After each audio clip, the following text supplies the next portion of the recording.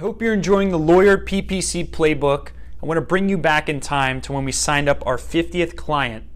We came across a big realization that some of these big marketing agencies out there are holding your website and your advertising intelligence hostage.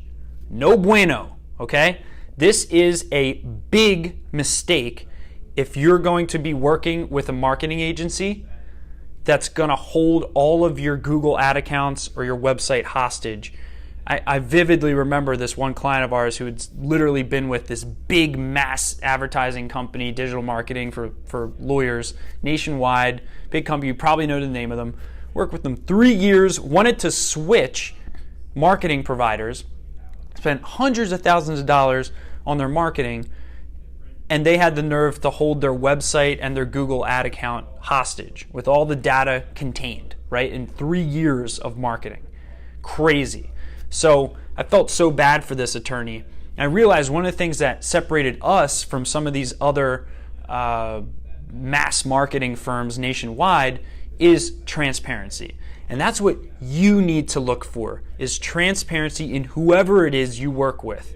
Even if that's with an internal employee, you want to know that you have full, uninterrupted, 24/7 access to your Google ad account and your website, because these are so vital to your business nowadays.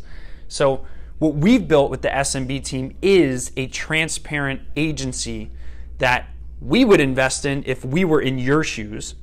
But nonetheless, the reason I bring up this point is because you need to own your data. It is currently, at the time of this video, 2019, you need to own your data.